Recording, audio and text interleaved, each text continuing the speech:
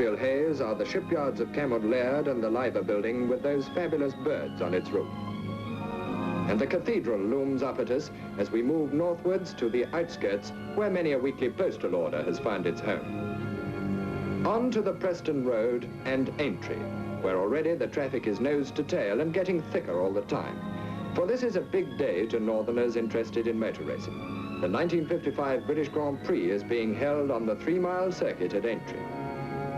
For years famous for the Grand National, it's now getting a chance to show what it can do in the way of an exciting motor race. Starting well with a lovely warm and sunny day, it follows with the appearance for the first time up north of the Mercedes Grand Prix cars.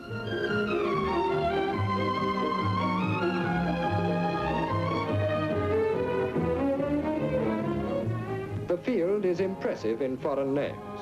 Ferrari, Mercedes and Maseratis are all here in force.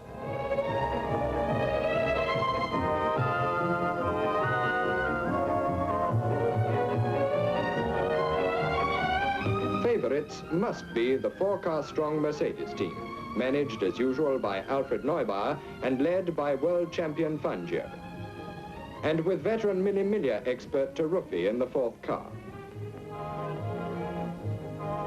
Designer Uhlenhout seems happy. From Ferraris come 3 of last year's cars, not the Super Squallows we had been hoping to see. Led by Mike Hawthorne, the team is Maurice Trantillon, surprise winner of the Grand Prix at Monaco, and Eugenio Castellotti, protégé of the late Alberto Ascari.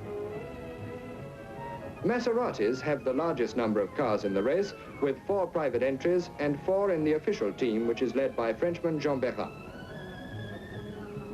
France's other star, Robert Monzon, is here to lead the French Gordinis. Back at the wheel of a Van Wall, which he had to leave so quickly at Silverstone, is Ken Wharton. Driving the second Van Wall is handsome Harry Schell. To introduce the Grand Prix drivers to the crowd, the BARC produces a seemingly endless row of Austin Healys to drive them round.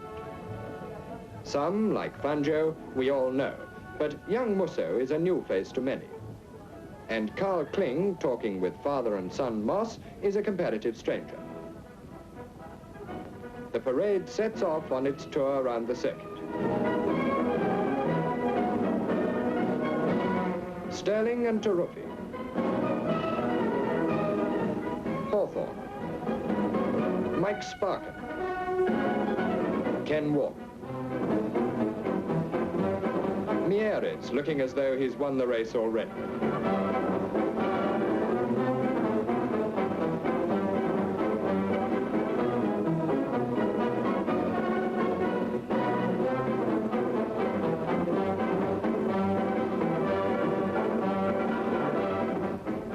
Over, in front of the pits, everything becomes a scene of frantic last-minute activity.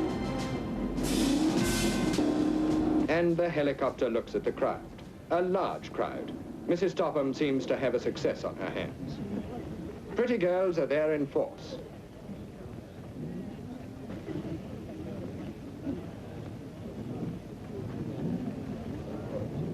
Some even seem ready for the end of the race before it started. Now bonnets are put on for the last time and the cars go out for their warming up lap. Warmest looking, and yet we gather feeling cooler than most, is this man, apparently from outer space, in his special firefighting gear. Now out on the grid, the cars take up their positions. Moss, with fastest practice lap, is in pole position with Fangio next to him, both on the short chassis cars with outboard brakes. Jean Berrat's Maserati has stolen 3rd place from Kling and Taruffi, but Neubauer keeps his thoughts for the finishing order. Schell's Van Wall has got into the 3rd row, along with Mieres and Simon's Maseratis, and Hawthorne is in an unusual position for him, the 5th row.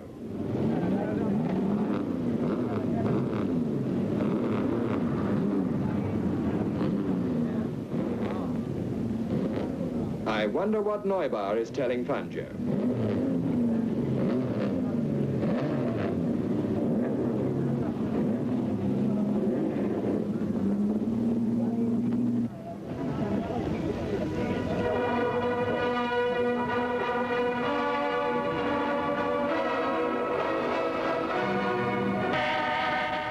2 minutes to go.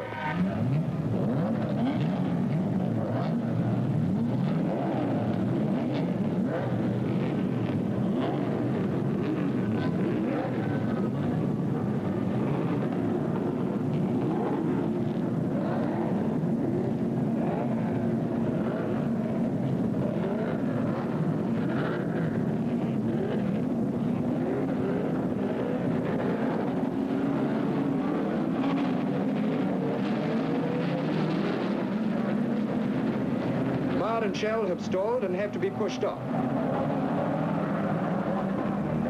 Waterway corner and the Mercedes led by Fangio are 1, 2, 3 and 4.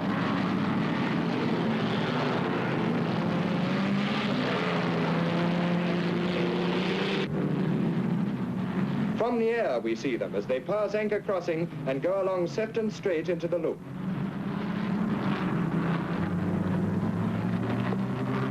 Cottage Corner, still the 4 Mercedes lead, but Berra, after his bad start, is going after Taruffi.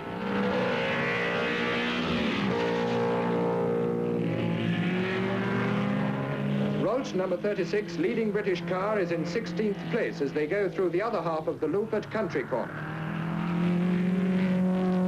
Now the leaders approach Beeches, and Berra has passed Taruffi to take 4th place.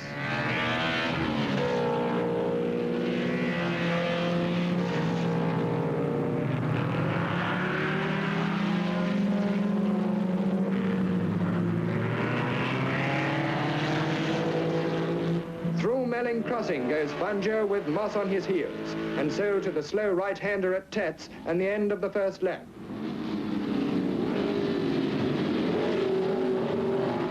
Fangio and Moss go past, but it's Berra in 3rd place, then Kling and Taruffi.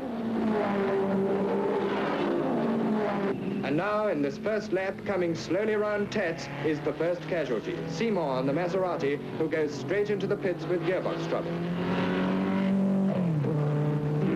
In the lead, Fangio is pushed by Moss, who sits right on his tail.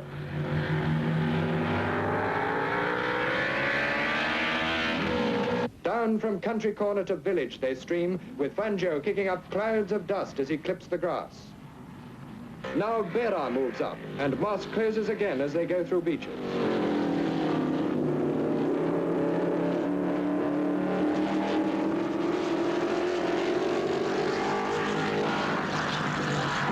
At Tats, Berra is really breathing down their necks.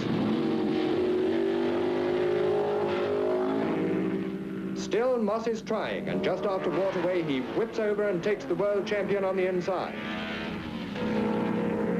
And so a British driver leads in the British Grand Prix, albeit in a German car.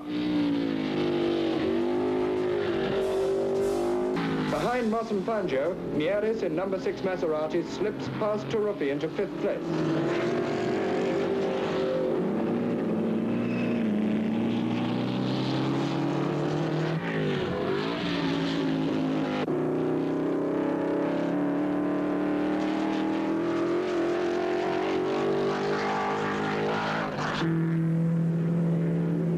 Can live with the pace of the two leaders, but behind them Berra and Mieris are on equal terms with Kling and Taruffi. A clicking of multiple stopwatches by Neubar as Moss and Fangio scream past the pits. They take the same line through every corner.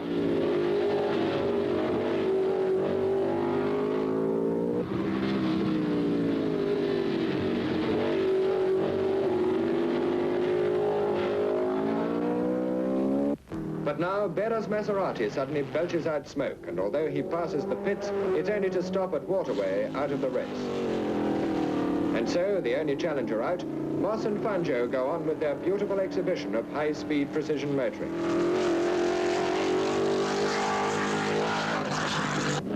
Castellotti is in for plugs.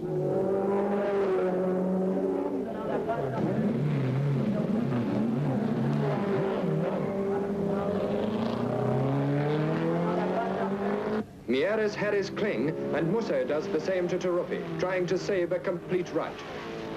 But Kling is grimly determined not to run out of road in this race. Kling's got Mieris in his driving mirror all the time. Musso in number 4 is as fast through beaches as to Ruffy, but he's not the Merc's speed on the straight. Robert Manson, walking home from his transmissionless Gordini, sees that fellow Frenchman Trantillon is driving without goggles. He's able to lend him his own at a rapid pit stop in mid-circuit.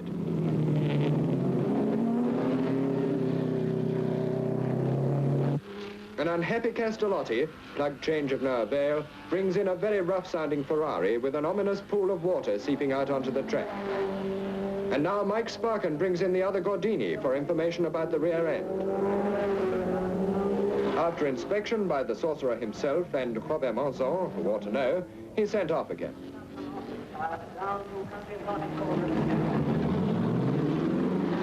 Well, Herr Neubar knows what the state of his team is and who's due to win. And so perhaps he's not surprised when Fangio comes through ahead of Sterling. And now, for 8 laps, Moss has to watch Fangio's line through corners. Good experience, no doubt, but one we feel Sterling could do without on this particular occasion.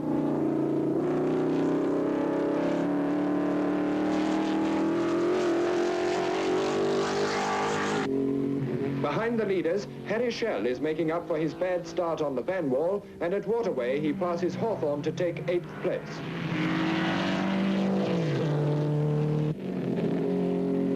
Then, just as he's moving up to pass Collins on the Owen Maserati, the accelerator pedal breaks and he has to abandon the car and take a long and hot walk home for a quiet talk with Mr. Van der Velde. Up where he shouldn't be. Anyway, he's in the lead again and is never to lose it for the rest of the race.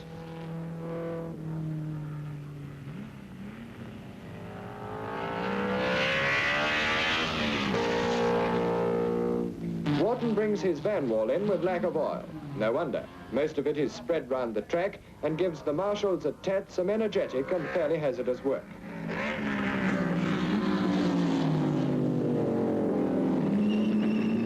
Especially from Macklin, who chooses to spin off just at this point. It's all right, Sterling. He hasn't bent your Maserati badly, just bashed in the tail of it. And off he goes for assistance from his pit to restart, while marshals push the car to a safer spot. Kling is still harried by Mieres in 4th place. But young Musso in the Maserati has got past Taruffi, whose job is to stay in the race as spare car in case the leaders blow up.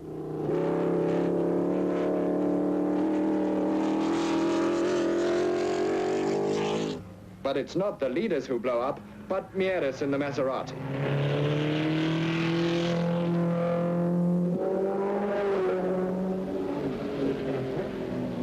And he struggles back to his pit, where piles of old rags fail to hide the oil stains left by the car as it joins the dismal throng in the dead car park. Since the oil leak on the Wharton van wall had been mended, Harry Schell sees no reason to miss his motor racing and takes over, although way behind the leaders. Castellotti, too, has taken over Mike Hawthorne's Ferrari. Mike is not at all well, and the pair of them provide one of the best bits of racing of the day, passing and repassing each other constantly.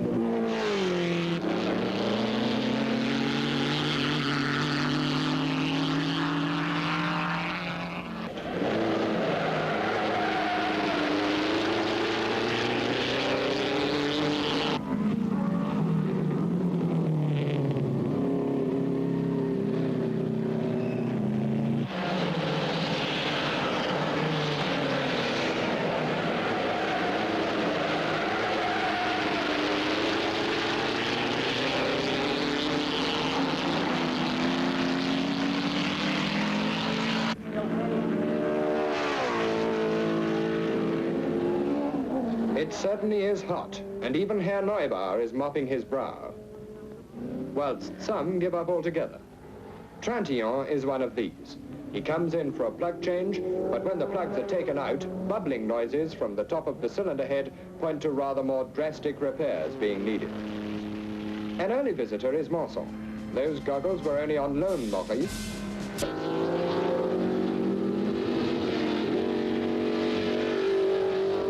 Let's watch just once more as these two men demonstrate the very fastest way to take a car through any type of corner on this circuit.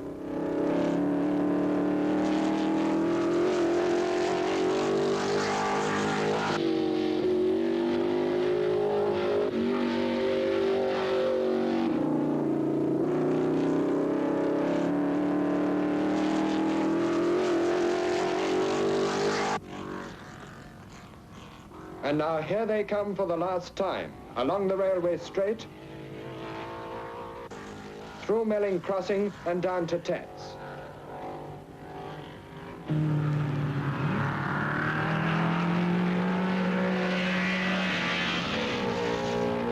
Past the pits in as near line abreast as makes no difference. They get the checkered flag and go on to their lap of honor.